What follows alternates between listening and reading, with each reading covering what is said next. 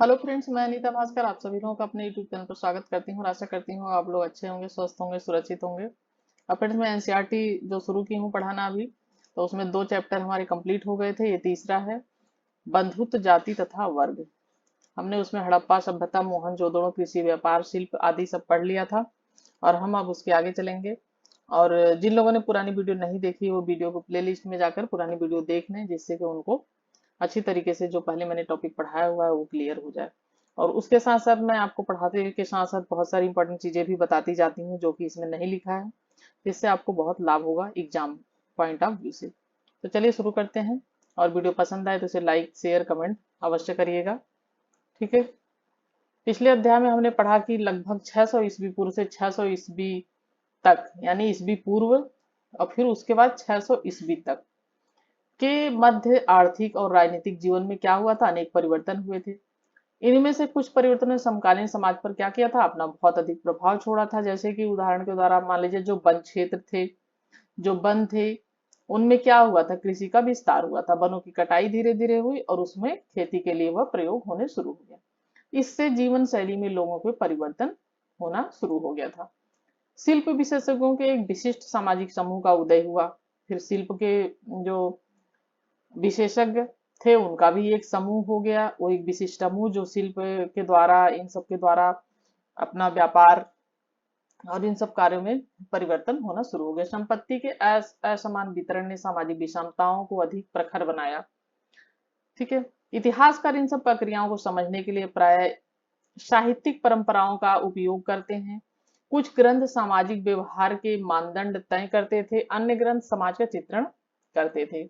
कभी कभी समाज में मौजूद विभिन्न रिवाजों पर अपनी टिप्पणी भी प्रस्तुत करते थे। अभिलेखों में हमें समाज के कुछ ऐतिहासिक अभिनायकों की झलक मिलती है। हम देखेंगे प्रत्येक ग्रंथ और अभिलेख किसी समुदाय विशेष के दृष्टिकोण से लिखा जाता था।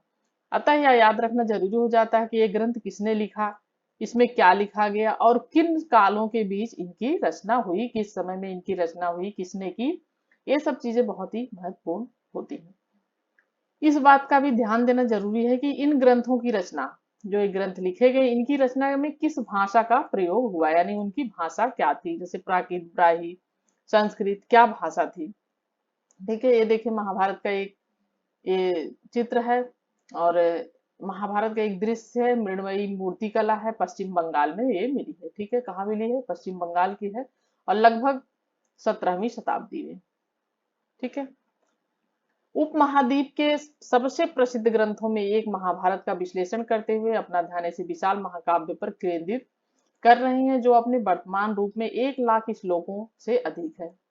विभिन्न सामाजिक श्रेणियों व परिस्थितियों का लेखा जोखा है। इस ग्रंथ की रचना 1000 वर्ष तक होती रही, यानी धीरे धीरे इसी जो है इसके वो बढ़ते रहे। पहले शुरुआत में सिर्फ 6000 थे श्लोक, फिर उसके बाद 12000 हुए, धीरे धीरे ऐसे बढ़ते बढ़ते 1 लाख से अधिक हो गए श्लोक। रामायण में भी ऐसे हुआ है बढ़ते बढ़ते, और महाभारत में भी चीजें जुड़ती चली गई। ठीक है। महाभारत की मुख्य कथा आप सबको पता ही है। दो परिवारों के बीच हुए युद्ध का वर्ड चित्रण किया गया है इसमें। कुछ भाग विभिन्न सामाजिक समुदायों के आचार व्यवहार के मानदंड तय करते हैं। यदा कदा यानी कभी कभी, हमेशा तो नहीं, इस ग्रंथ ने मुख्य पात्र इन सामाजिक मानदंडों का अनुसरण करते हुए दिखाई पड़ते हैं। जो मुख्य पात्र हैं उनके जो अभिनय करते हैं, मानदंडों का अनुसार और उनकी अवहेलना क्या इंगित करती है। ठीक है, आगे चलते हैं। महाभारत का समालोचनात्मक संस्करण 1919 में, कब की बात है, 1919 में प्रसिद्ध विद्वान बीएस सुखथांकर के नेतृत्व में एक अत्यंत महत्वाकांक्षी परियोजना की शुरुआत हुई। अनेक विद्वानों ने मिलकर महाभारत का समूलात्मक संस्करण तैयार करने का जिम्मा उठाया। इससे जुड़े क्या क्या कार्य थे। आरंभ में देश के विभिन्न भागों से विभिन्न लिपियां, जो लिपियों में लिखी गई महाभारत की संस्कृत पांडुलिपियों को एकत्रित किया गया, जो पांडुलिपियां थी। और परियोजना पर कार्य करने वाले विद्वानों ने सभी पांडुलिपियों में पाए जाने वाले श्लोकों की तुलना करने का एक तरीका ढूंढ निकाला। ठीक है। अंततः उन्होंने उन श्लोकों का चयन किया जो लगभग सभी पांडुलिपियों में पाए गए थे। उनका प्रकाशन 13,000 पृष्ठों में फैले अनेक ग्रंथ खंडों में किया। इस परियोजना को पूरा करने में 47 वर्ष लगे। कितने वर्ष लगे, 47 से 47। इस पूरी प्रक्रिया में दो बातें विशेष रूप पर जो है उभर कर सामने आई। पहली, संस्कृत के कई पाठों के अनेक अंशों में समानता थी। इस बात से यह स्पष्ट हो जाता है कि समूचे उपमहाद्वीप में उत्तर में कश्मीर और नेपाल से लेकर दक्षिण में केरल और तमिलनाडु तक सभी पांडुलिपियों में यह समानता देखने में आई। यानी जो उत्तर भारत में और दक्षिण भारत में, नेपाल तक, ये सब जो पांडुलिपियां मिली उनमें कुछ समानता देखने को मिली। दूसरी बात यह भी स्पष्ट हो गई इससे, वह यह था कि कुछ शताब्दियों के दौरान हुए महाभारत के प्रेषण में अनेक क्षेत्रीय प्रभेद भी उभर कर सामने आ गए। प्रभेदों का संकलन, जो उसमें भेद थे, संकलन मुख्य पाठ की पाद टिप्पणियों और परिशिष्टों के रूप में किया गया। 13,000 पृष्ठों में से आधे से भी अधिक इन प्रभेदों का ब्यौरा देते हैं। इस तरह देखा जाए तो ये प्रभेद उन गूढ़ प्रक्रियाओं के घोतक हैं जिन्होंने प्रभावशाली परंपराओं और लचीले स्थानीय विचार और आचरण के बीच संवाद कायम करके सामाजिक इतिहासों का रूप दिया था। यह संवाद द्वंद्व और मैतक, यानी द्वंद्व और मैतक दोनों का ही चित्रित करते हैं। ठीक है, इन सभी प्रक्रियाओं के बारे में हमारी समझ मुख्यतः उन ग्रंथों पर आधारित है जो संस्कृत में ब्राह्मणों द्वारा उन्हीं के लिए लिखे गए। 19वीं और 20वीं शताब्दी में इतिहासकारों ने पहली बार सामाजिक इतिहास के मुद्दों को अनुशीलन करते समय इन ग्रंथों को सतही तौर पर समझा। उनका विश्वास था कि इन ग्रंथों में जो कुछ भी लिखा गया है वास्तव में उसी तरह से उसे व्यवहार में लाया जाता होगा। और ये देखिए यहाँ पे ये है संस्करण के पृष्ठ का एक अंश है, मोटे अक्षरों प्रकाशित मुख्य अंश पाठ का हिस्सा है। ये जो है ये है एक अंश इसका। ठीक है, ये इस तरह से सभी प्रक्रियाओं के बारे में हमारी समझ मुक्त उन ग्रंथों पर आधारित है जो संस्कृत में ब्राह्मणों द्वारा उन्हीं के लिए लिखी गई। क्या है हमारी समझ, जो है हम जो समझते हैं मुख्यतः क्या है, हमारी समझ क्या थी उन ग्रंथों पर जो कि ब्राह्मणों ने लिखी थी और उन्हीं के लिए ये लिखे गए थे संस्कृत में। कौन सी भाषा में? संस्कृत में। 19वीं और 20वीं शताब्दी में इतिहासकारों ने पहली बार सामाजिक इतिहास के मुद्दों का अनुशीलन करते समय इन ग्रंथों को सतही तौर पे यानी जमीनी तौर पे समझा और उनका विश्वास था कि इन ग्रंथों में जो कुछ भी लिखा गया है वास्तव में उसी तरह से उसे व्यवहार में भी लाया जाता होगा। या माना गया कि जो कुछ लिखा गया है उसे व्यवहारिक रूप में भी उसका उसी तरीके से प्रयोग किया जाता होगा। कालांतर में फिर क्या हुआ, बाद में विद्वानों ने पाली, ठीक है, पहले संस्कृत भाषा, फिर पाली, फिर प्राकृत, पाली बौद्धों की भाषा थी, प्राकृत जैनियों की भाषा थी, और फिर उसके बाद तमिल ग्रंथों के माध्यम से अनेक परंपराओं का अध्ययन किया। इन अध्ययनों से यह स्पष्ट होता है कि आदर्श मूलक संस्कृत ग्रंथ और आमतौर पर से क्या माने जाते थे, जो संस्कृत ग्रंथ थे आधिकारिक आमतौर से माने जाते थे, किंतु इन आदर्शों को प्रश्नवाचक दृष्टि से भी देखा जाता था और यदा कदा इनकी अवहेलना भी की जाती थी। तो यह तो फैक्ट है कि इनको भी प्रश्नवाचक दृष्टि से क्या सही है क्या नहीं है इन सब उससे देखा जाता था। जब हम इतिहासकारों द्वारा सामाजिक इतिहासों के पुनर्निर्माण की व्याख्या करते हैं तो हमें इस बात को ध्यान में रखना होगा। आगे चलते हैं हम। बंधुता का विवाह, अनेक नियम और व्यवहार की विभिन्नता, परिवारों के बारे में क्या जानकारी है इसके बारे में हम थोड़ा सा पढ़ेंगे। ठीक है, हम बहुधा पारिवारिक जीवन को सहज ही स्वीकार कर लेते हैं, किंतु आपने देखा होगा कि सभी परिवार एक जैसे नहीं होते। पारिवारिक जनों की गिनती, एक दूसरे से उनका रिश्ता, उनके क्रियाकलापों में भी भिन्नता होती है। ये तो होता ही है कि सभी लोग एक समान नहीं होते हैं। कई बार एक ही परिवार के लोग क्या है भोजन और अन्य संसाधनों का आपस में मिल बांट कर इस्तेमाल करते हैं, एक साथ रहते हैं और काम करते हैं। अनुष्ठानों को यानी जो अनुष्ठान होते हैं, धार्मिक क्रियाकलाप होते हैं जो, उनमें साथ ही क्या करते हैं, संपादित उन्हें साथ ही जो है करते हैं मिलजुल कर।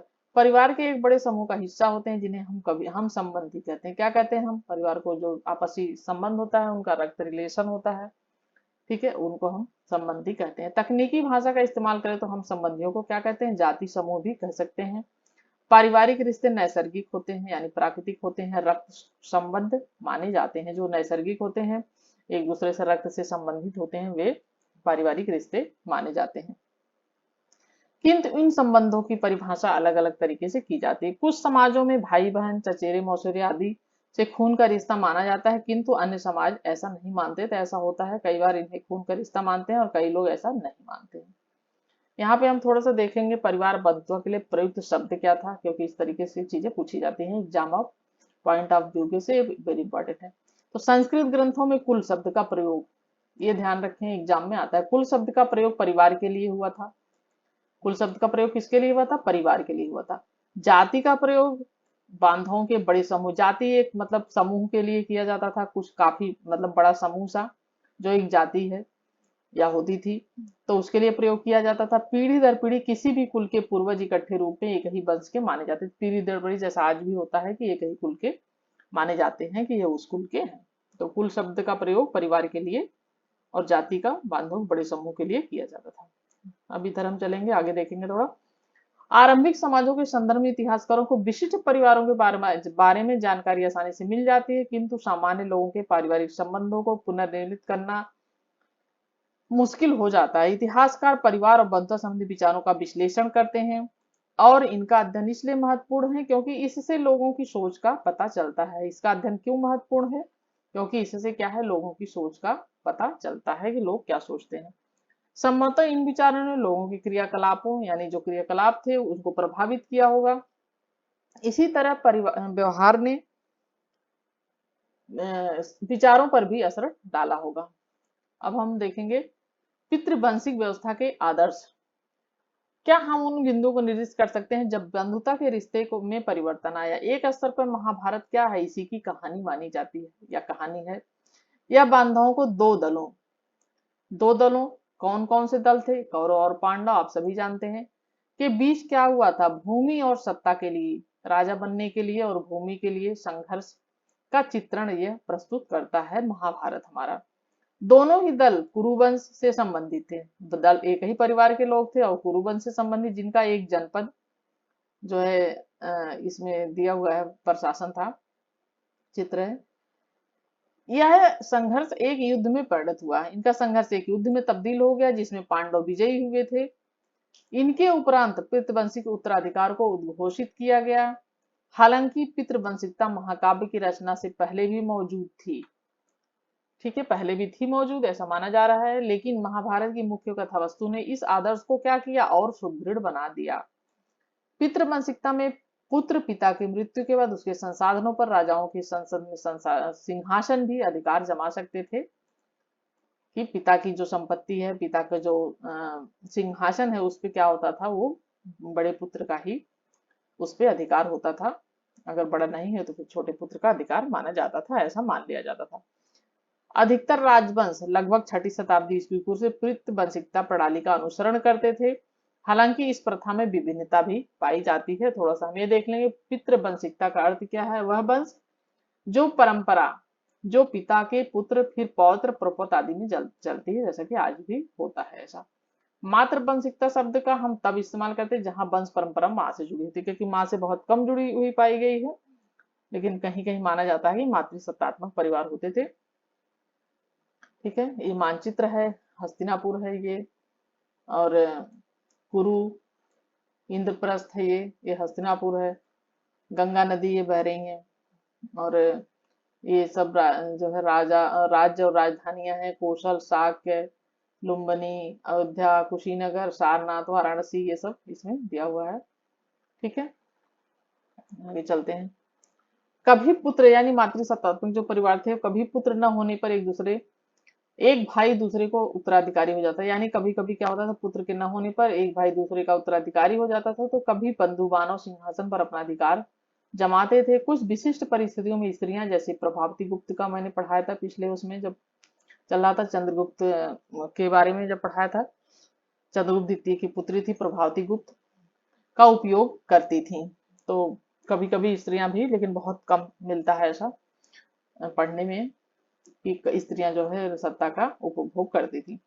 पितृवंशिकता के प्रति झुकाव शासक परिवारों के लिए कोई अनूठी बात नहीं थी। ऋग्वेद जैसे कर्मकांडी ग्रंथ के मंत्रों से भी यह ज्ञात स्पष्ट होता है कि यह संभव है कि धनी वर्ग के पुरुष और ब्राह्मण भी ऐसा ही दृष्टिकोण रहते थे। तो कुछ कुलीन वर्ग के लोग जो थे, ब्राह्मण लोग थे, और कुलीन वर्ग के लोग थे, धनी वर्ग के लोग थे, उनमें स्त्रियों को महत्व दिया जाता था और ऐसा हो जाता था, लेकिन बहुत कम ऐसा होता था, आमजन में ऐसा नहीं होता था। उत्तम पुत्रों का प्रजनन, ये देखिए दिया हुआ कि एक मंत्र का अंश जो इस ग्रंथ में संभवतः 1000 ईस्वी पूर्व में जोड़ा गया था। ऋग्वेद का यह मंत्र है, यह ऋग्वेद का मंत्र है। विवाह संस्कार के दौरान यह मंत्र पुरोहित द्वारा पढ़ा जाता था। आज भी अनेक हिंदू विवाह संस्कारों में इसका प्रयोग, जो हिंदू विवाह संस्कार संस्कार है, 16 संस्कार माने जाते हैं। मैं इसे यहाँ मुक्त करता हूँ, किंतु वहां से नहीं, मैंने इसे वहां मजबूती से स्थापित किया। ये ऋग्वेद में लिखा गया है, जिससे इंद्र के अनुग्रह के से इसके उत्तम पुत्र हो और पति के प्रेम का सौभाग्य से प्राप्त हो। ठीक है, जो है व्याख्या दी हुई है ऋग्वेद में, ऋग्वेद के मंत्र का एक अंश है। इंद्र शौर्य युद्ध वर्षा के प्रमुख देवता थे।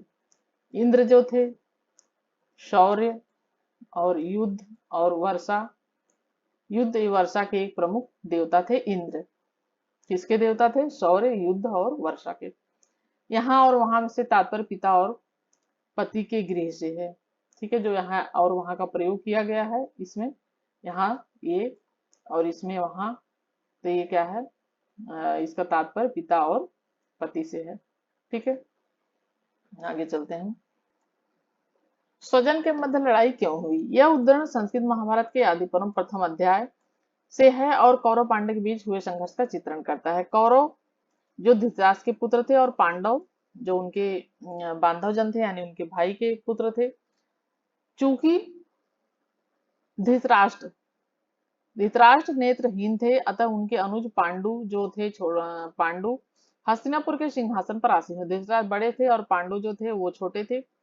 लेकिन किंतु पांडु की असामयिक मृत्यु के बाद धृतराष्ट्र राजा बने, क्योंकि सभी राजकुमार अल्पवयस्क थे। जो सारे राजकुमार थे वो अल्पवयस्क। जैसे जैसे राजकुमार बड़े हुए, हस्तिनापुर के नागरिक पांडवों के प्रति अपनी अभिरुचि व्यक्त करने लगे, क्योंकि कौरवों के मुकाबले क्या थे, वे अधिक योग्य सदाचारी थे। इस बात से कौरवों में श्रेष्ठ ज्येष्ठ जो था दुर्योधन, आपने महाभारत तो देखी ही है, वो बहुत ईर्ष्या हुई। वो अपने पिता के पास गया और बोला, हे भूपति, हे अपूर्णता के कारण आपको सिंहासन पर बैठने का अधिकार नहीं था, हालांकि आपको प्राप्त हो गया। पांडव से यह विरासत प्राप्त करते हैं, तो उनके बाद उनके पुत्र, पौत्र, फिर पौपति इस पद की संपत्ति के अधिकारी हो जाएंगे। उसका मानना था कि अगर इसके ये करते हैं तो इनके फिर पुत्र, इनके पौत्र, फिर उनके वंश उनका चलने शुरू हो जाएगा। जबकि आप अधिकारी हैं, लेकिन आप नेत्रहीन थे, इसलिए जो है आपको यह अधिकार नहीं मिला। ठीक है, तथा हमारे पुत्र इस राज्य के, तो उसका मानना था दुर्योधन का कि हमारे पुत्र क्या हो जाएंगे, इस राज्य के उत्तराधिकार से बेदखल होकर से संसार से हमेशा के लिए जो है हट जाएंगे और क्षुद्र समझे जाएंगे। इस उद्धरण के अंतर्गत सत्य न भी हो, जो भी हो, इस बात का अनुमान करा देते हैं कि जिन लोगों ने यह ग्रंथ लिखा वे क्या सोचते थे। क्योंकि ऐसा है कि यह महाभारत अनैतिहासिक ग्रंथ में आता है, महाभारत और रामायण।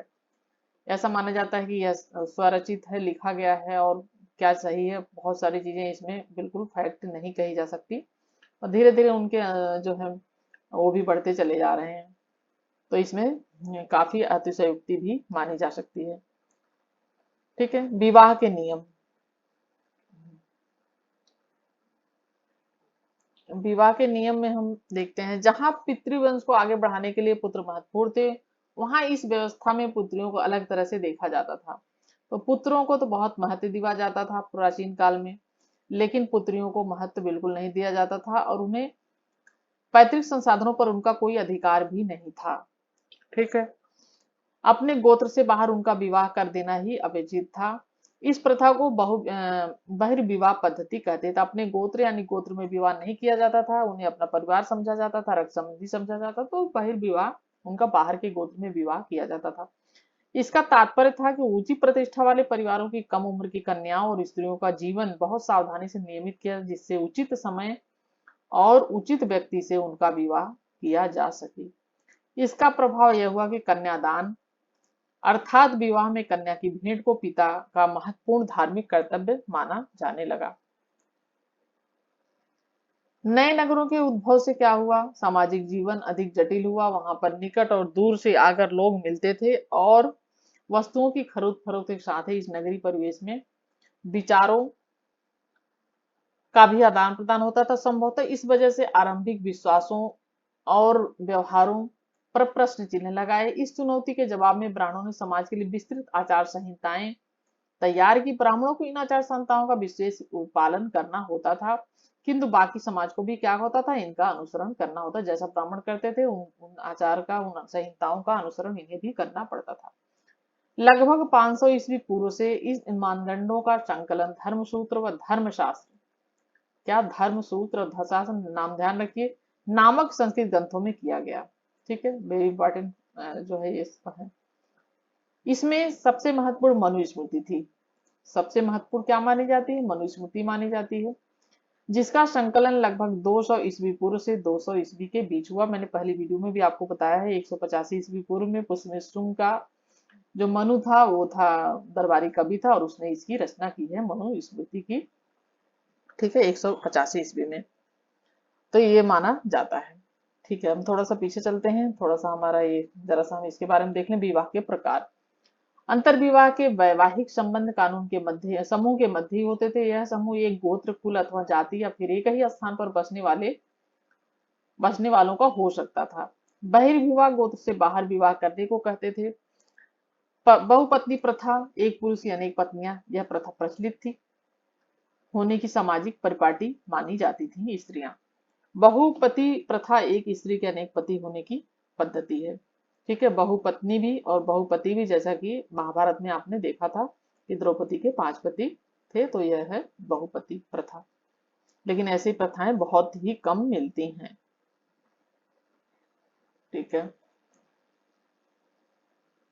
हालांकि इन ग्रंथों के ब्राह्मण लेखकों का कहना था कि उनका दृष्टिकोण सार्वभौमिक है और उनके बनाए नियमों का सबके द्वारा पालन होना चाहिए, किंतु सांस्कृतिक वास्तविक सामाजिक संबंध कहीं अधिक जटिल थे। इस बात को ध्यान में रखना जरूरी था कि उपमहाद्वीप में फैली क्षेत्रीय विभिन्नता और संचार की बाधाओं की वजह से भी ब्राह्मणों का प्रभाव सार्वभौमिक कदापि नहीं था।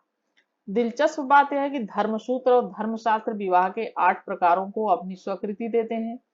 इनमें से पहले 4 उत्तम माने जाते थे और बाकियों को निंदित माना गया। संभव है कि ये विवाह पद्धतियां उन लोगों में प्रचलित थी जो ब्राह्मणी नियमों को अस्वीकार करते थे।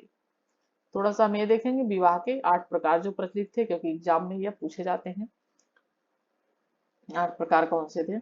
यहाँ मनुस्मृति से पहली, चौथी, पांचवी, छठी विवाह पद्धति का उद्धरण किया गया है। यहाँ सिर्फ पांचवी, छठी, चौथी का अनुसरण किया गया है। विवाह के 8 प्रकार थे। पहली कन्या का दान बहुमूल्य वस्त्रों अलंकारों से विभूषित कर उसे जो है वरदान दिया जाता था, जिसे पिता ने स्वयं आमंत्रित किया हो। चौथी थी, पिता वर वधू युगल को यह कहकर संबोधित करता है कि तुम साथ मिलकर अपने दायित्वों का पालन करो। तत्पश्चात वर का सम्मान कर उसे कन्या का दान करता था। पांचवी है, वर को वधू की प्राप्ति तब होती जब वो अपनी क्षमता व इच्छा अनुसार उनके बांधों और वधू को यथेष्ट धन प्रदान करता है। छठी थी, स्त्री और पुरुष के बीच अपनी इच्छा से संयोग जिसकी उत्पत्ति काम से है, ऐसा माना जाता था। ठीक है, तो इसके विवाह के प्रकार और जो 16 संस्कार हैं, मैं एक अलग से जब आपको पढ़ाऊंगी तो मैं उसमें फिर डिटेल में थोड़ा सा उसमें कराना पड़ेगा, तो फिर मैं डिटेल में आपको बता दूंगी। स्त्री का गोत्र, एक ब्राह्मणी पद्धति जो लगभग 1000 ईस्वी के बाद से प्रचलन में आई, वह लोगों खासतौर से ब्राह्मणों को गोत्र में परिवर्तित करने की थी। प्रत्येक गोत्र एक वैदिक ऋषि के नाम पर होता था। उस गोत्र के सदस्य ऋषि वंशज माने जाते थे। गोत्रों के 2 नियम महत्वपूर्ण थे। विवाह के पश्चात स्त्रियों को पिता के स्थान पर पति के गोत्र का माना जाता था तथा एक ही गोत्र के सदस्य आपस में विवाह संबंध नहीं रखते थे, ये ध्यान रखना है। एक ही गोत्र के जो लोग होते थे वो आपस में विवाह संबंध नहीं रख सकते थे। क्या इन नियमों के समता अनुसरण होता था? इस बात को जानने के लिए हमें स्त्री और पुरुष नामों का विश्लेषण करना पड़ेगा, जो कभी कभी गोत्र के नाम से उद्धृत होते थे। हमें कुछ नाम सातवाहन वंश में जैसे प्रबल शासकों के वंश से मिलते हैं। इन राजाओं का पश्चिमी भारत और दक्कन के कुछ भागों पर शासन था। दक्षिण के जो भाग थे उन पर इनका शासन था। पश्चिमी भारत और जब हम पढ़ेंगे सातवाहन वंश, चोल, चालुक्य, ये सब तो हम पढ़ेंगे इसके बारे में डिटेल में। लगभग दूसरी शताब्दी ईस्वी पूर्व से दूसरी शताब्दी ईस्वी तक, पूर्व से यहाँ पे है, फिर यहाँ से ईस्वी तक सातवाहनों के कई अभिलेख प्राप्त हुए हैं, जिनके आधार पर इतिहासकारों ने पारिवारिक और वैवाहिक रिश्तों का खाका तैयार किया है। ठीक है, अभिलेखों से सातवाहन राजाओं के नाम प्राप्त हुए हैं। जो अभिलेखों में सातवाहन राजाओं की कई पीढ़ियों के नाम प्राप्त हुए हैं। इन सभी नामों में राजा की एक जैसी पदवी पर ध्यान दीजिए। इसके अलावा अगले शब्द को भी लक्षित कीजिए। गौतमी पुत्र का नाम है। पुत्र, पुत्र का एक प्राकृत शब्द है जिसका अर्थ है पुत्र। गौतमी पुत्र, गौतमी पुत्र सातकर्णी माना जाता है।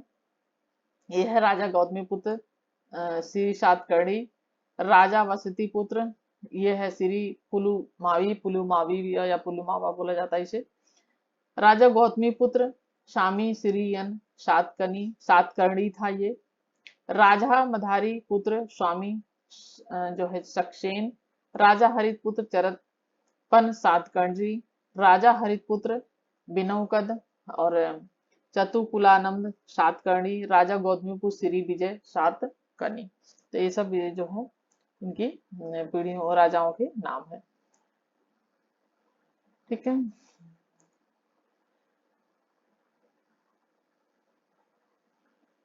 एक सातवाहन राजा तथा उसकी पत्नी सातवाहन राजाओं की आकृतियां बहुधा उन गुफाओं की भित्तियों पर उत्कीर्ण की जाती थी जिन्हें बौद्ध भिक्षुओं को क्या किया जाता, दान में दिया जाता था। यह मूर्ति लगभग दूसरी शताब्दी ईसा पूर्व की, ये जो मूर्ति है यह कब की मानी जाती है, यह दूसरी शताब्दी ईसा पूर्व की मानी जाती है। ठीक है। उपनिषद में मातृनाम। विदाड़ा उपनिषद में जो आरंभिक उपनिषद में एक है, आचार्यों और शिष्यों की उत्तरोत्तर पीढ़ियों की सूची मिलती है जिसमें से कई लोगों को उनके मातृ नामों से निर्दिष्ट किया गया था। कुछ सातवाहन राजा बहुबली प्रथा अर्थात एक से अधिक पत्नी को मानते थे। सातवाहन राजाओं से विवाह करने वाली रानियों के नामों का विश्लेषण इस तथ्य की ओर इंगित करता है कि उनके नाम गौतम तथा वशिष्ठ, जैसे वशिष्ठ पुत्र पुलमावी और गौतमीपुत्र सातकर्णी इस तरीके से था, उनके पिता के शायद गोत्र थे, यह माना जाता है।